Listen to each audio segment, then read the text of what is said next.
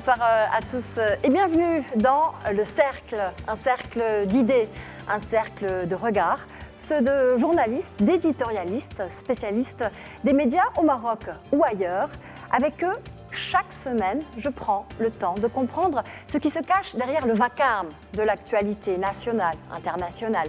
Parce qu'aujourd'hui, les mots façonnent autant la réalité que les faits eux-mêmes. C'est avec ceux qui fabriquent l'information que nous allons tenter de lire entre les lignes. Alors ce soir, deux dossiers à décrypter avec, en premier lieu, les 27 ans de règne de Sa Majesté le roi Mohamed VI lors de la célébration de la fête du trône. 27 années sur lesquelles le souverain est revenu dans un discours dense. La souveraineté économique et la stabilité du royaume y est déclinée en priorité. C'est en tout cas la lecture de la presse nationale. Le premier scan du cercle sera donc de passer au crible les angles choisis du discours royal dans cette presse essentiellement nationale. Chiffre record des crédits marocains, surendettement des ménages, résilience du système financier marocain ou encore crise des retraites. Un seul et même rapport sur la stabilité financière du royaume, mais des comptes rendus pour le moins contrastés dans les médias. Voilà l'autre décryptage de notre cercle aujourd'hui. Avec trois regards de spécialistes que j'ai le plaisir de recevoir ce soir. Je vais commencer par les dames. Plaisir d'accueillir Madame Hana Foulani. Ravie. Merci pour l'invitation. Avec plaisir. Vous êtes donc consultante en communication stratégique et influence, mais vous avez été aussi journaliste pendant des années et vous avez fondé le cabinet qui s'appelle Intellection. C'est comme ça qu'on prononce. Bienvenue à vous. Merci. Madame Rita Zine aussi, c'est une première également pour vous. Bienvenue, journaliste à Yabiladi. Bonsoir, merci. Avec plaisir. Et puis, Monsieur Aziz Daouda, que l'on connaît bien, que l'on ne présente plus, mais je vais quand même dire que vous êtes directeur technique et du développement de la Confédération africaine d'athlétisme, mais aussi et surtout un homme de médias, un expert des médias. Et on est ravis de vous recevoir également dans le cercle. Merci beaucoup de me recevoir. On va tout de suite commencer avec les up and down. C'est le baromètre de la semaine et c'est tout de suite.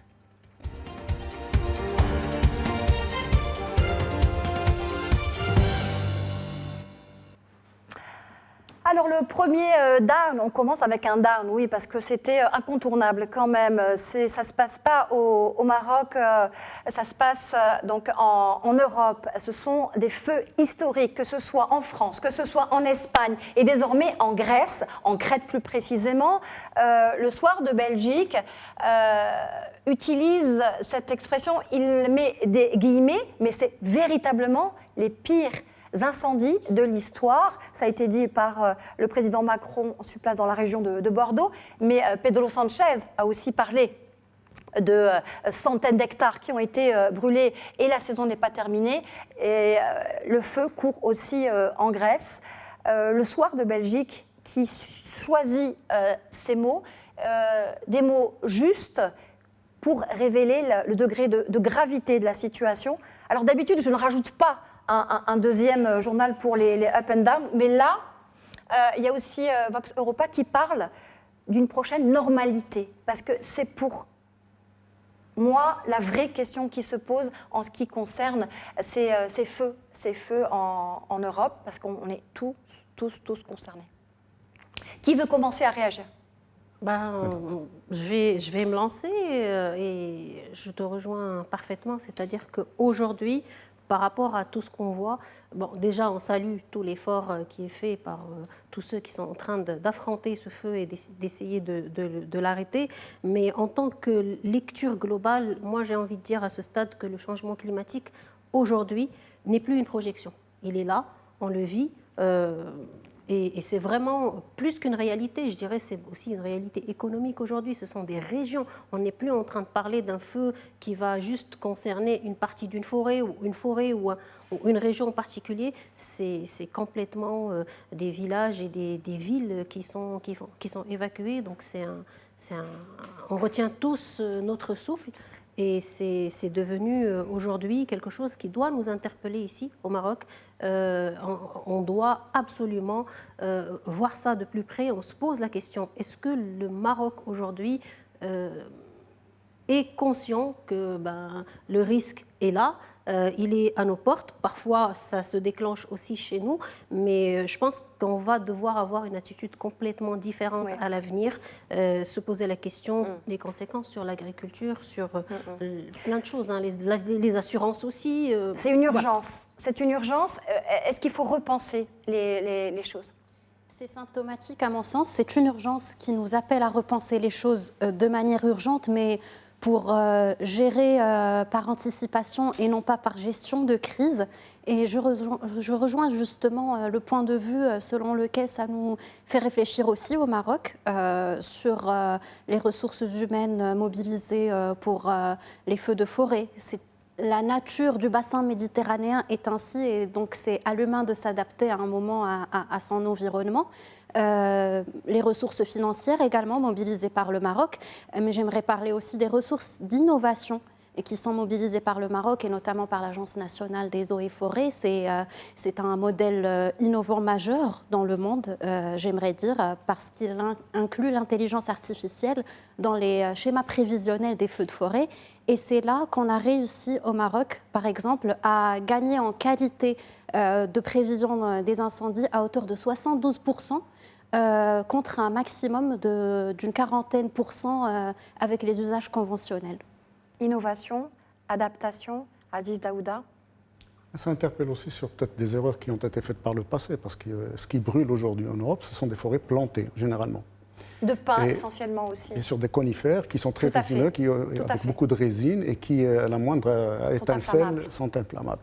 Donc il y a déjà cette question à se poser, parce qu'il y a toujours forestation, quelque part au Maroc aussi, on parle de forestation, etc. Donc choisir les espèces, bons arbres, les espèces à planter et celles à éviter, même si économiquement elles sont plus rentables, etc. Mais il y a aussi, là il n'y a plus d'économie, l'économie est perdue. Donc, et vous avez à côté de ça aussi le fait qu'il y a une certaine... l'humain s'est accaparé certaines régions où il ne devait pas vivre. Parce que...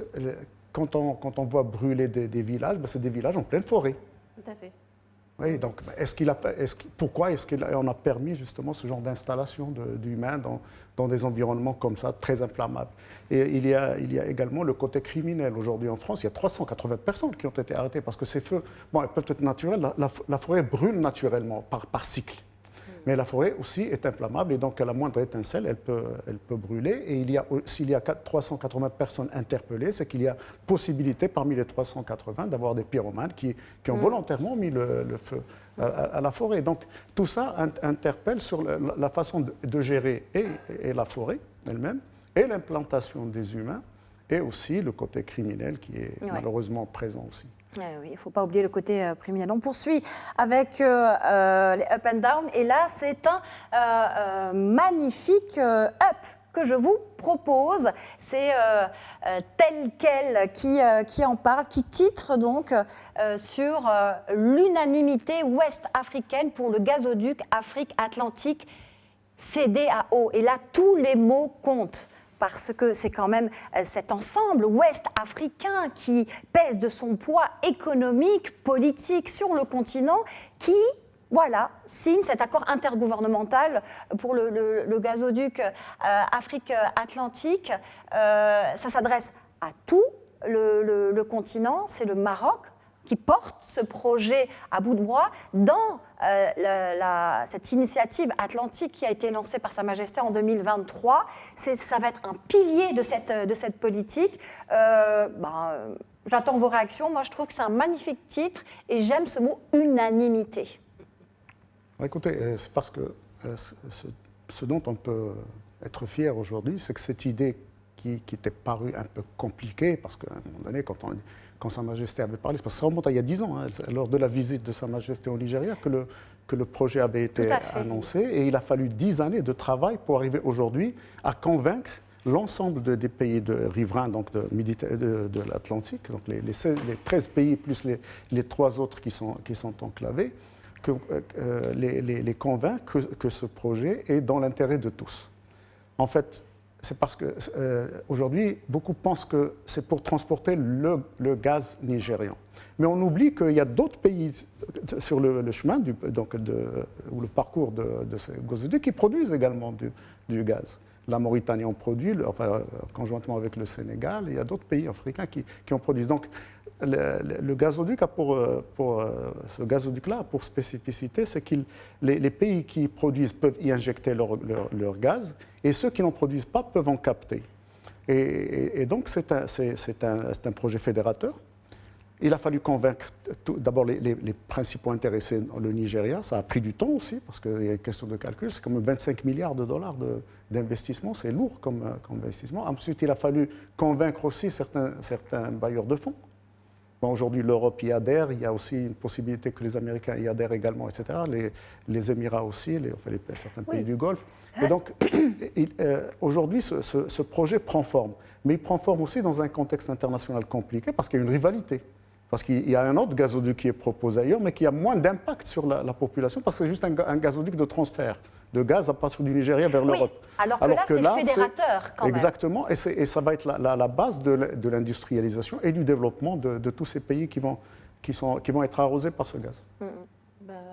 Moi, je saisis tout de suite la perche, parce qu'effectivement, ça peut paraître un projet juste énergétique ou économique, mais moi je pense que c'est d'abord un projet d'intégration africaine, c'est aussi un grand projet géopolitique qu'on ne peut pas l'ignorer, et tout autour, en fait, s'il y a une lecture à faire aussi rapidement que tu nous le recommandes depuis tout à l'heure, c'est que moi j'y vois un changement de posture du Maroc.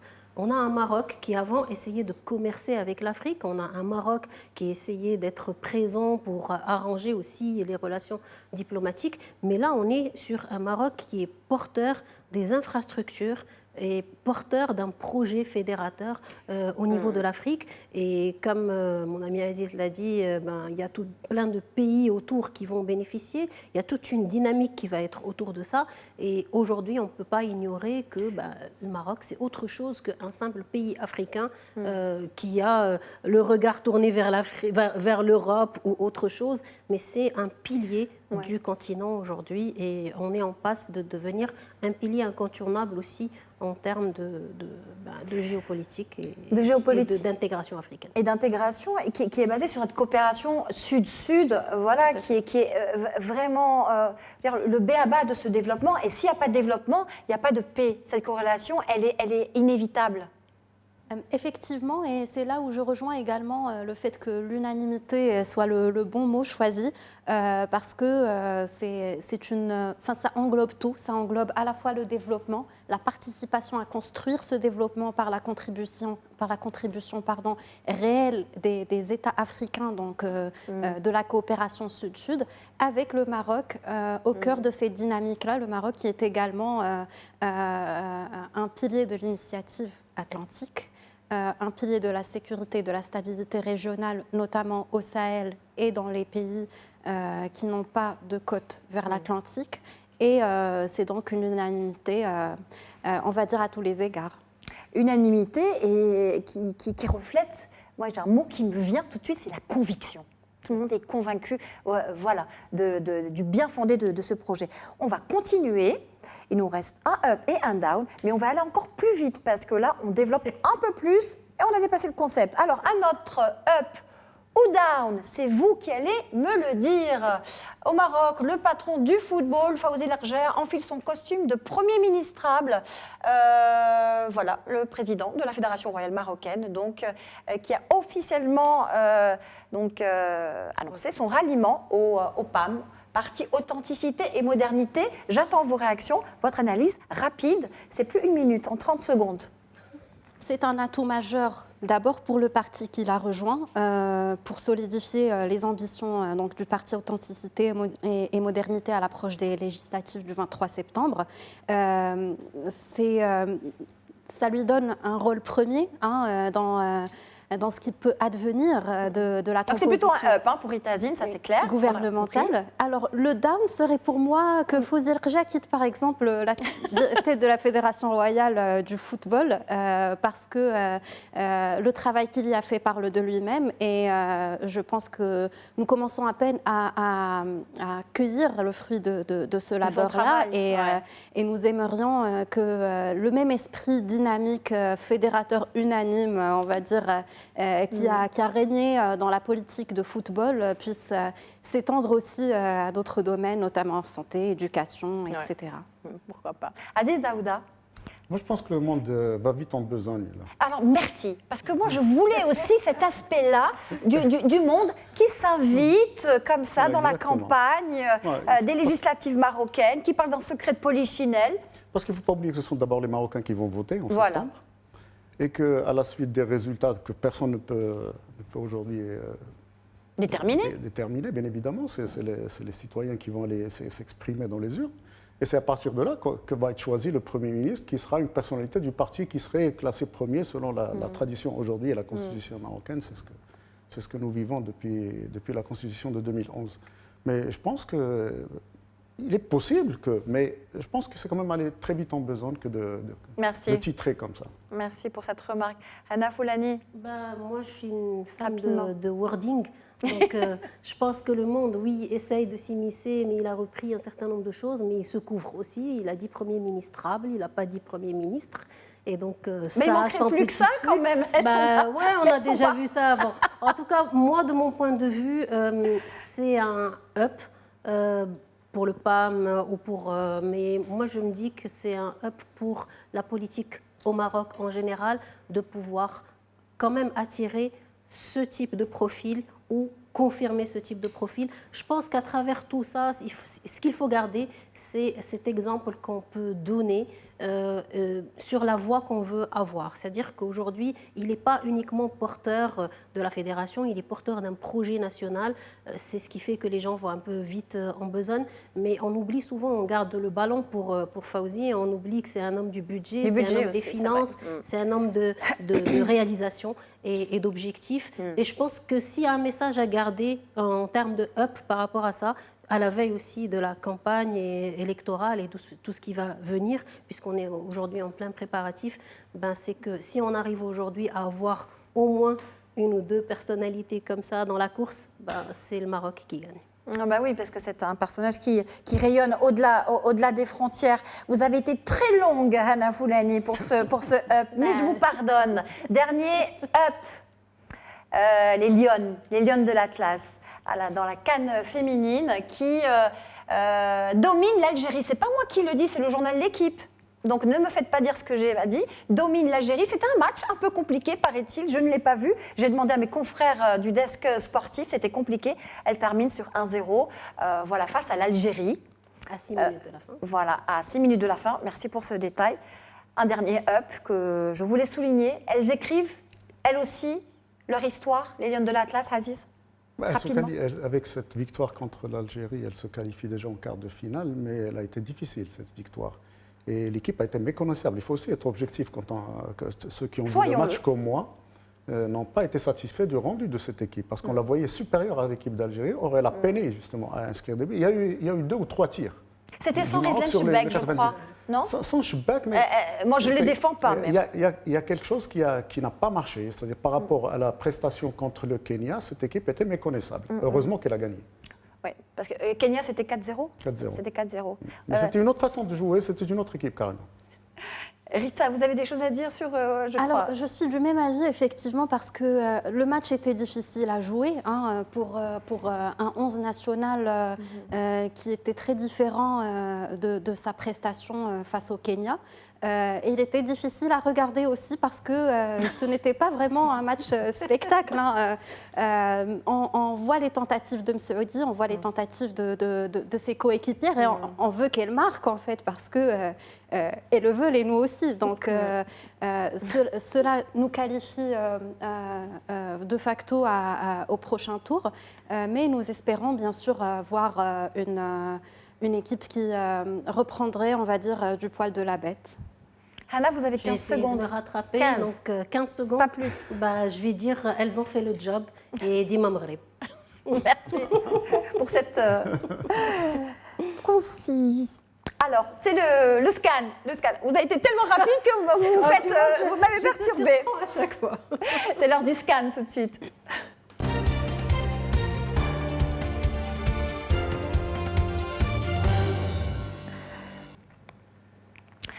Premier dossier majeur du scan dans ce cercle. Et je rappelle que dans le scan, on parle de l'actualité, on décrypte l'actualité, mais on décrypte aussi la manière dont elle est décryptée. Sa Majesté le roi Mohamed VI donc, a fait un bilan de ses 27 années de règne. La presse s'est saisie évidemment de ce moment fort de la nation et du royaume. Discours du trône le matin, titre fierté des acquis, cohésion avec le peuple et confiance en l'avenir. C'est le triptyque qu'a choisi le matin. Une approche plutôt institutionnelle, de la même manière que le Maroc diplomatique également, qui lui titre financer la puissance pour maîtriser l'avenir. On voit que l'avenir est très présent, la notion de confiance également. On a d'autres journaux comme Express qui parlent de l'État stratège, de la souveraineté, de nouveau contrat social. Cette idée de nouveau contrat social aussi appelle et investit aussi dans l'avenir. Et au moment où on parle, Jeune Afrique a également fait état de ce qu'elle pensait de ce discours royal avec Mohamed VI qui place la souveraineté économique et la stabilité au cœur de son discours du trône.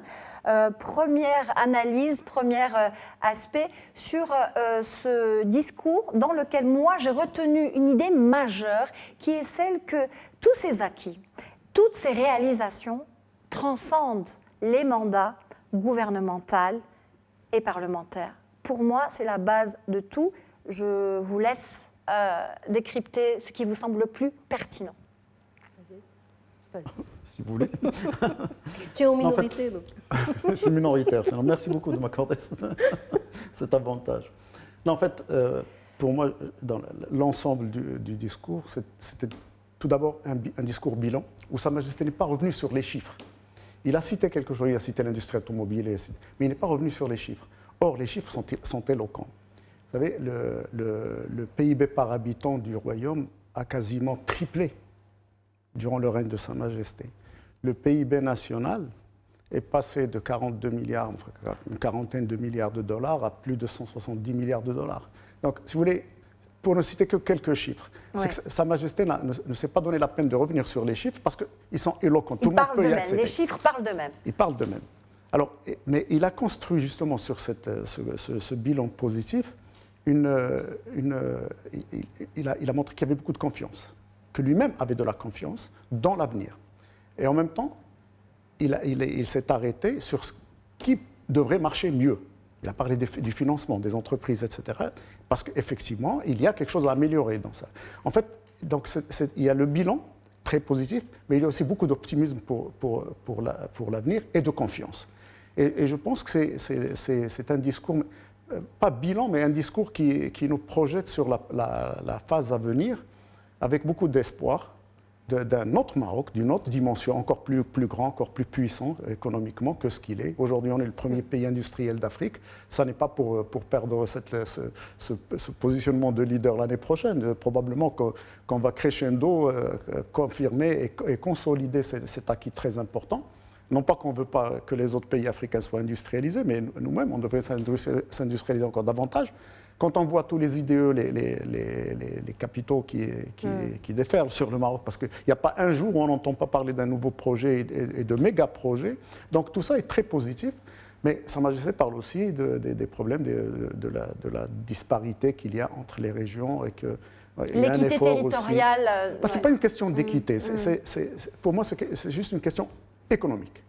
Économique, mais qui est la résultante de certaines démarches, de certaines décisions de l'administration qui devrait regarder davantage vers ces régions plutôt que d'autres, tout simplement. C'est une question de méthode aussi et de regard réciproque. Hana Foulane. Écoute, oui, effectivement, ce n'est pas habituel de faire un discours du trône qui a une connotation de bilan.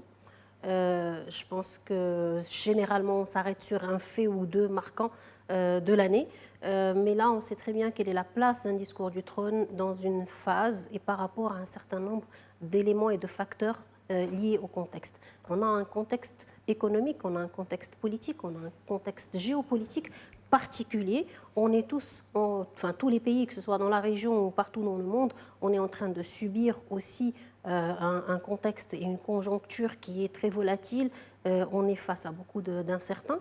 Mais là, on est devant un Maroc qui, il y a 27 ans, il y a 30 ans, a rêvé grand, mais qui aujourd'hui, qui voit grand. C'est-à-dire qu'aujourd'hui, on a réalisé des choses. Je pense que c'est un discours d'ancrage. On a aujourd'hui jeté les bases avec les infrastructures, avec le rôle du Maroc, avec tout ce qui a été fait jusqu'à maintenant. Et c'est un discours qui jette aussi les ponts vers l'avenir parce que c'est un pays qui a rêvé, qui a réalisé et qui aujourd'hui se projette. On a arrêté de rêver, on est en train de se projeter avec le projet, et je dis bien le projet Maroc 2030. Je ne parle pas de foot, mais je parle de tout ce qui va autour et c'est vraiment un projet national et je pense que c'est ça qui est le plus important. C'est qu'on est dans un stade où on ne peut plus ignorer les réalisations, on les assume, voire on les porte, on inspire autour de nous et on voit grand, encore plus grand pour l'avenir. Et c'est là où je rejoins ce qu'a dit Aziz. C'est 27 années de transformation. Ritazine aussi, vous confirmez? Ce sont 27 années de transformation, effectivement, et c'est pour moi un discours qui repose les repères, qui rappelle les repères justement pour mettre en avant, ou mettre en exergue le chemin qui a été parcouru, qui n'a pas été facile. Sur 27 ans de règne, il y a eu beaucoup de défis d'ordre économique, social, politique, régional, international également. Le monde a beaucoup changé en 27 ans. Je trouve que c'est donc un discours qui a, en plus d'avoir dressé le bilan des 27 ans, montre les acquis, montre sur quoi on pourrait capitaliser à l'avenir grâce aux réalisations enregistrées en termes de progrès économique, en termes d'infrastructures. Et c'est aussi un discours qui a remis, on va dire, ou qui a reposé aussi les repères de ce que seraient les défis à venir, qui sont justement le financement et le secteur financier qui a été appelé à raccompagner ou à accompagner les prochaines phases de développement. C'est donc un discours, à mon sens, qui traduit une vision reposant sur l'initiative, le suivi, comme ça a été dit avant, un suivi rigoureux, une autocritique constructive et aussi une volonté d'aborder l'avenir, mais avec détermination et en sachant aussi d'où est-ce qu'on a commencé et où est-ce qu'on aimerait arriver. C'est une transformation fulgurante faite de 7 ans, effectivement, et cette notion de confiance et d'avenir, c'est une analyse transversale qui est présente dans toute la presse. Je sens, Aziz Daouda, avant que je passe au deuxième dossier, que vous voulez dire quelque chose. Parce qu'il y a un indice qui est très éloquent et qui est révélateur de ce qui s'est passé durant ces 27 années. C'est l'espérance de vie. On en était à 69 ans en 99. Nous en sommes à 77 ans aujourd'hui. Nous avons gagné en l'espace de ces 27 années, 8 années d'espérance de vie, dans notre espérance de vie. Ça résume tout. Parce que dit l'espérance de vie? Niveau de développement, niveau de développement social, alimentation, santé, hygiène, etc. Pratiquement tout ce qui touche à l'humain. Parce que des fois, quand on parle en termes d'économie, on dit mais le citoyen, il gagne quoi là-dedans? Le citoyen, il a gagné 7 ans déjà de vie. Tout simplement. Tout est résumé. Deuxième décryptage, un sujet aussi qui dit et qui parle de la société marocaine aussi.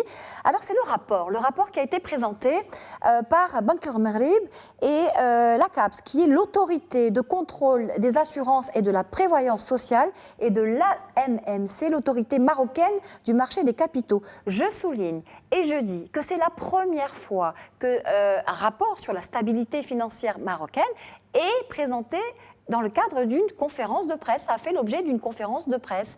Et là, les avis et ce qui a été retenu de ce rapport, parce qu'il y a un seul et même rapport, un rapport unique, mais les lectures ont été contrastées. C'est le choix que j'ai mis dans la légende. Un rapport, mais des lectures contrastées. Avec Média 24 qui décide de mettre l'accent sur la crise. Malgré la dette et la crise, des retraites, le système financier marocain résiste. Ensuite, nous avons Le Matin, avec un titre plutôt institutionnel, le système financier marocain globalement résilient, avec des foyers de vulnérabilité, sans mentionner ces fameuses vulnérabilités, d'accord. Ensuite, nous avons d'autres médias comme Bledinet qui, eux, mettent les pieds dans le plat et décide de dire qu'au Maroc, les ménages s'endettent comme jamais. Alors là aussi, tous les mots comptent. Et ce qui est intéressant, au-delà du titre qui est clair, c'est qu'à l'intérieur de l'article, on ne parle que de ça. On ne parle que de ce chiffre record depuis 2012, 456 milliards de dirhams pour les ménages qui s'endettent. Plus et plus vite, voilà, avec une répartition 60% pour l'habitat et 40% pour le crédit à la consommation. C'est énorme et ça aussi, ça parle de la société. Ensuite, on a 360, le journal 360 qui, dans la foulée du Bledinet, parle aussi de ce chiffre édifiant à mon avis. Voilà, la dette grimpe, la plus forte hausse depuis 2012. Tout est dit, à mon sens. Voilà, et on a Express, me semble-t-il, à la fin, qui reste plus ou moins consensuel. Presque étonnant, ce titre. Les ménages marocains renouent avec le crédit. Est-ce que ça a à le dire avec l'information? Moi, j'ai envie de me poser. Je ne critique pas mes confrères jamais, au grand jamais, mais je me pose juste une question, c'est à vous. Je pense que déjà, le surendettement en soi est un mot très très fort, parce que là, on n'est pas sur de l'endettement, on est dans le surendettement, et c'est un indicateur pour lequel la presse va aller un petit peu dans ce sens-là, parce que c'est vendeur au niveau des titres et tout, mais c'est surtout révélateur. Révélateur de quoi? Révélateur de la pression sociale qu'on a, de la crise financière et sociale qu'il y a. On ne peut pas l'ignorer. C'est vrai que le Maroc est en train de se développer, on le disait, on a gagné plein de points, plein de choses positives, effectivement, mais on est quand même face à une perte de pouvoir d'achat qui est énorme suite à la crise. Et donc, pour certains ménages, il n'y a pas d'autre solution, je mets des guillemets là-dessus, que de s'endetter pour pouvoir soit préserver un niveau de vie qu'on avait avant, soit lutter et essayer d'émerger face à la pression, on va dire, des prix. Parce que les indicateurs, encore une fois, parlent d'eux-mêmes. On a quand même eu un doublement de prix au niveau de plein on va dire, de choses qui sont utiles, nécessaires, fondamentales dans la vie d'un ménage marocain. Et on peut pas l'ignorer longtemps. Donc ça, je pense que c'est un indicateur qui est infaillible. Ouais. Donc on peut faire l'autruche comme on veut, non, on mais peut pas ça trahit et ça soulève un petit peu le voile. C'est une fragilité, je trouve, quelque part qu'on ne peut pas ignorer, qu'il était important de souligner. Ça dépend de l'angle de vision. Alors allons-y. Allons-y. Qui c'est qui prête cet argent? Ce sont les banques. Est-ce que les banques prêtent à quelqu'un qui n'est pas solvable? Non. Et quand vous regardez la composition de cette dette, vous l'avez mentionné tout à l'heure, vous avez parlé d'habitat. Ouais. L'accession à l'habitat et les aides que l'État a mises en place ont encouragé les citoyens à aller s'acheter leur habitat au lieu de rester locataires. Et pour cela, ils s'endettent. Mais ils s'endettent pour l'acquisition d'un bien. Vous avez le parc automobile qui change à une vitesse extraordinaire, justement par l'endettement. En fait, c'est des indices de pays qui se développent. Et le citoyen a la possibilité de rembourser, la banque a confiance et donc prête aux citoyens. Bien évidemment, si vous tirez un trait, l'addition est lourde. Mais les banques vont récupérer leur argent, en grande partie. Très grande partie, c'est ce qui est dit dans les articles. Mais bien voilà, évidemment. le réseau bancaire le citoyen est en train de travailler pour. Bon, maintenant, la fragilité, elle est où? Oui. La fragilité, elle est dans l'inflation que nous avons importée à un certain moment et qui est devenue endémique et qui est devenue systématique, c'est-à-dire qui est aujourd'hui présente. Qu'on le veut ou non, les chiffres qu'on nous donne, des 2,5, etc., ça dépend de la façon dont on calcule ce chiffre. Mais le citoyen le ressent. Et ce qu'avait trouvé le gouvernement à un moment donné, c'est une augmentation de salaire, mais qui n'a pas été conséquente parce que les gens ne l'ont presque pas senti. Ce qu'il aurait fallu peut-être faire, c'est redonner du pouvoir d'achat en abaissant les taux de taxation et d'imposition des citoyens. Peut-être que parce que ça n'engendre pas d'inflation, mais ça permet d'avoir du pouvoir d'achat. Donc c'est une question de politique publique. J'espère que le prochain gouvernement, la prochaine loi de finances, puisse justement s'attarder sur cette question d'endettement, non pas pour soulager la dette, parce que c'est des citoyens volontaires et des banques volontaires qui prêtent l'argent, etc., qui se prêtent à cette gymnastique-là. Mais à côté de ça, il y a à s'occuper sérieusement du pouvoir d'achat du citoyen à partir de la taxation. Nous sommes surtaxés. Je pense que là, on a un vrai sujet, pardon, excuse-moi Ouais, de t'interrompre, mais je n'ai pas pu m'empêcher de rebondir. C'est un vrai sujet à la veille, justement, des élections et de tout ce qui se passe. J'espère que les partis politiques vont s'emparer de ce sujet aussi, Ils n'ont pas parce que c'est une responsabilité.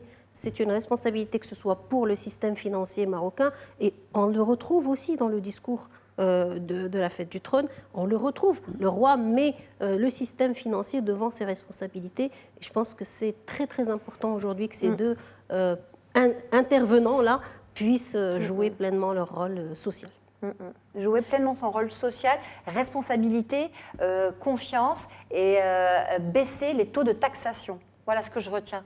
Rita, qu'est-ce que vous en dites? Et la question de l'inflation, justement, qui est symptomatique, en fait, de l'endettement et du surendettement des ménages. Je pense que ce n'est pas parce qu'un ménage est solvable qu'il vit bien ou qu'il vit mieux, parce qu'il a une capacité de payer ses dettes. Merci pour cette lecture. Et oui, de rendre oui. à la banque ce qui lui a été prêté, lorsqu'on sait que le crédit consommation, par exemple, soutient autant que fragilise un ménage, parce que à solvabilité jusqu'à quand, dans un environnement économique où l'on sait que le taux de chômage pèse, et encore plus chez les jeunes adultes, que le sous-emploi pèse encore, et que cette dynamique-là est accompagnée justement d'une inflation que l'on a rarement vu par le passé.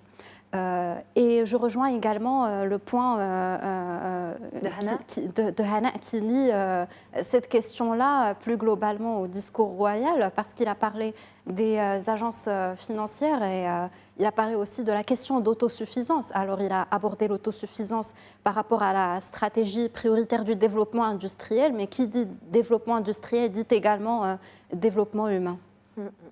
Merci. Une très très belle conclusion pour ce deuxième dossier du scan. On va tout de suite passer au must de la semaine. C'est tout de suite.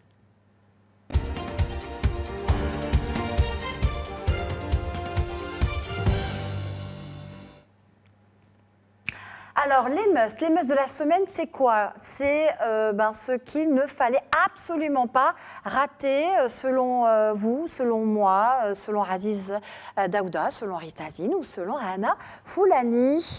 Donc, c'est un coup de cœur, un coup de foudre, un coup de gueule aussi. Je vais commencer avec vous, c'est Aziz, et vous allez nous parler d'une information qui défraie la chronique, une information majeure. Vous avez d'ailleurs écrit une tribune là-dessus dans l'ODIG. Je vous laisse nous en parler. Il s'agit des événements de Sebta et ça s'appelle Fête du Trône. Pourquoi certains événements, semble-t-il, viennent systématiquement parasiter ce temps fort de la nation? Et on parle de la Fête du Trône. Parce que ce que je remarque, d'abord, nous sommes tous tristes de ce qui s'est passé et ça nous a affectés tous, les citoyens que nous sommes. D'autant plus que ça a fait le tour du monde. Il n'y a pas une chaîne au monde qui n'a pas montré des images qui sont véritablement préjudiciables à l'image de marque du pays. Mais quand on voit ce déferlement de jeunes vers cette enclave, parce qu'il faut rappeler aux Espagnols et aux Européens que c'est des gens, c'est des Marocains et d'autres, parce qu'il y avait beaucoup de nationalités, dont ceux qui ont franchi la barrière, sont passés sur un territoire qui est tout aussi marocain. Le Sebta est bien situé au Maroc. Le Sebta n'est pas en Europe. Donc, ce n'est pas une déferlante sur l'Europe. Ce qui interpelle, c'est cette concomitance qui fait qu'à chaque fête du trône, il y a quelque chose qui se passe, soit la veille, soit le jour même, soit le lendemain, etc. Et moi, je l'ai ressenti comme ça. Et ça vient un peu entacher la fête. C'est comme s'il y avait une force, disons, occulte, quelque part, qui à chaque fois attend l'occasion de la fête du trône pour sortir quelque chose. Et cette fois-ci, on n'a pas trouvé mieux que de pousser un tas de jeunes Bon, certains les estiment à 40 000. Je ne sais pas comment ils sont arrivés à faire ce calcul. Parce qu'en Il y a beaucoup de Europe, chiffres, oui. oui, on parle de 40 000, etc. Mais 40 000, c'est beaucoup à déplacer. Donc, je ne sais pas comment ils ont fait pour arriver à ce chiffre. Mais toujours est-il que cette concomitance interpelle. Et moi, je suis de ceux qui pensent que ça n'est pas innocent, que ça n'est pas juste des jeunes qui étaient dans je ne sais quel quartier de Rabat ou de Casablanca qui, d'un commun accord, à 2 ou à 3, ont décidé de prendre le bus et d'aller à la frontière là-bas et de passer, etc. Parce qu'il y a de la coordination là-dedans, ça se voit. Les facias même de ces jeunes interpellent. Ce pas des jeunes qui ont l'air de vivre la misère, ce pas des jeunes qui ont l'air d'être dans la précarité.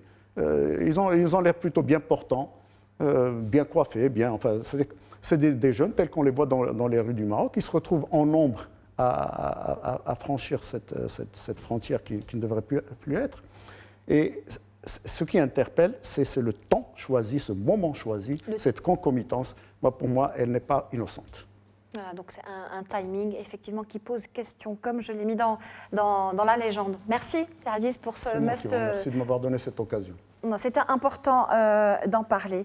Hana Foulani, tout autre chose, vous nous emmenez ou pas, on va voir. Parlez-nous-en alors, je pense que vous allez nous parler de la FIFA. Encore ? Oui, bah oui, faut croire. Ah oui, c'est important la FIFA aujourd'hui. Dites-nous tout. Écoutez, moi, ce qui m'a interpellée aussi, bon, bien sûr, il y a tous ces sujets-là, mais comme on devait en choisir un chacun, on ne peut pas tous se mettre sur le même sujet. Moi, j'ai choisi de m'arrêter sur la FIFA invitée au palais ou invitée à la cérémonie de la fête du trône.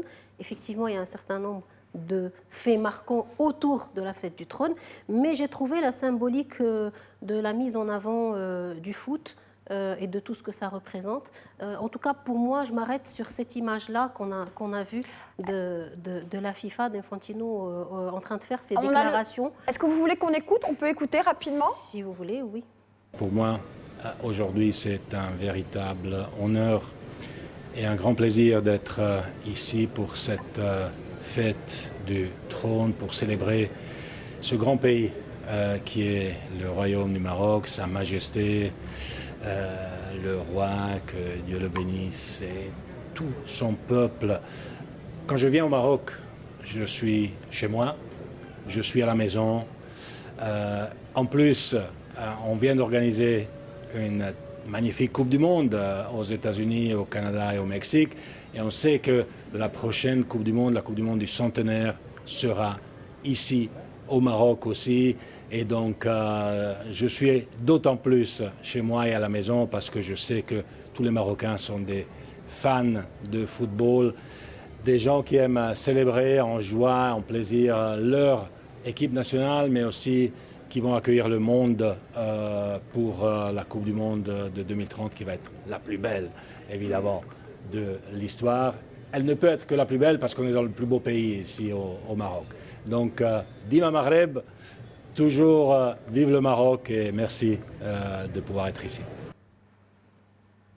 Merci pour le sens, c'était important surtout ce qu'il a dit un petit peu à la fin et ça résume un petit peu pourquoi je me suis arrêtée là-dessus.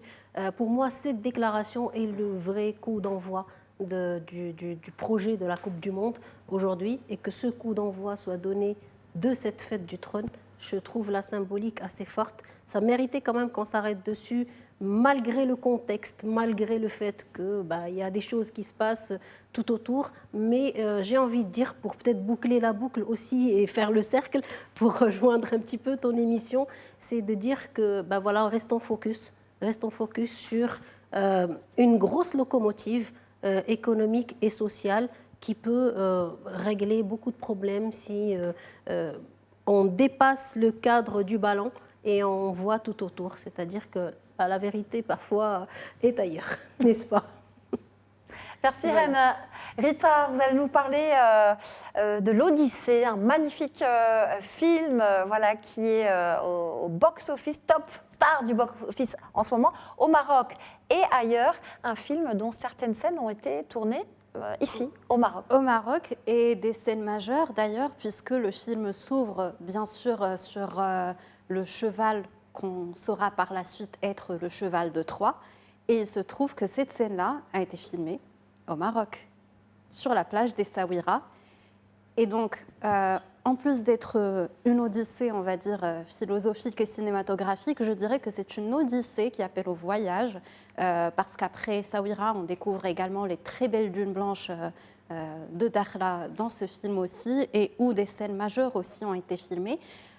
La bataille de Troie a été filmée aussi dans un décor qu'on reconnaît être celui de Noxor du sud-est marocain, dans la région de Ouarzazate. Et quelle beauté donc de voir... Tout à fait. Quelle beauté donc de voir un film international d'une telle cinématographie être rattaché en fait au Maroc et concerner le public marocain, qui était d'ailleurs très très nombreux à courir vers les salles de cinéma pour regarder ce film-là, jusqu'à ce que les séances affichaient complet en fait. Vous avez vu le film, Rita, je crois? Alors, je l'ai vu effectivement après plusieurs reports en fait de séances par le fait que justement je trouvais les séances affichant complet, et c'est donc j'ai été donc joyeusement surprise. C'est sans regret que j'ai vu le film plusieurs jours plus tard que prévu, mais j'en ai été contente parce que j'ai entendu et j'ai senti l'engouement d'un jeune public qu'on imagine être hyper connecté, esselé avec ses écrans, on ne sait pas ce qu'ils font, on ne sait pas comment ils réfléchissent, etc. En fait, ils s'intéressent à l'Odyssée de Christopher Nolan. C'était 3h20. 3h20, le film fait 3h20. Oui, et ce ne sont pas les plus jeunes au sein du public qui ont quitté la salle pendant le film. Ce sont quelques personnes qui ont été ennuyées, mais pas plus que ça. Mais à la base, c'est un jeune public qui est venu d'abord parce qu'il est intéressé, parce qu'il a déjà lu ou entendu parler de l'Antiquité, de la Grèce, etc. Et du fait que le film ait été tourné en partie au Maroc avec un budget extraordinaire. Ça nous appelle en fait à nous intéresser aussi à nos cultures anciennes, hein, parce que avec l'Odyssée, il y a eu un regain d'intérêt pour tout ce qui est antiquité, langue grecque, tradition ancienne, histoire et philosophie ancienne. C'est le titre d'ailleurs, c'est vrai, d'Euronews. Le film de The Odyssey de Christopher Nolan relance Homère et l'envie d'apprendre le grec. C'est vrai ça? Alors, je ne sais pas si c'est vrai au niveau du Maroc, mais je sais au Maroc, en tout cas, que nous avons aussi nos civilisations anciennes et nos traditions anciennes qui, peut-être, je l'espère, nous sommes liés à cette civilisation. pour un film cinématographique. Pas plus loin, Médien TV n'est pas très loin de la grotte d'Hercule. Donc, oui, dans la mythologie grecque, le Maroc, ou enfin ce qui est aujourd'hui appelé Maroc, est très présent dans cette. C'est le monde céleste, c'est le monde rêvé. On croit même que l'Atlantide se trouverait quelque part dans le périmètre du Maroc actuel. Mais dans leur imaginaire, le monde parfait, le monde beau, c'était celui-là, c'est-à-dire le nôtre, là où on vit aujourd'hui. Nous sommes fiers d'y vivre d'ailleurs. Mais je pense que les 27 dernières années dont on a fait le bilan à la Fête du Trône sont une véritable odyssée aussi. Donc on a construit pas mal de choses et on a fait quand même pas mal de boulot. Il reste beaucoup de choses à faire. On espère qu'on ne va pas perdre le focus, comme je disais. Mais oui, c'est une véritable odyssée.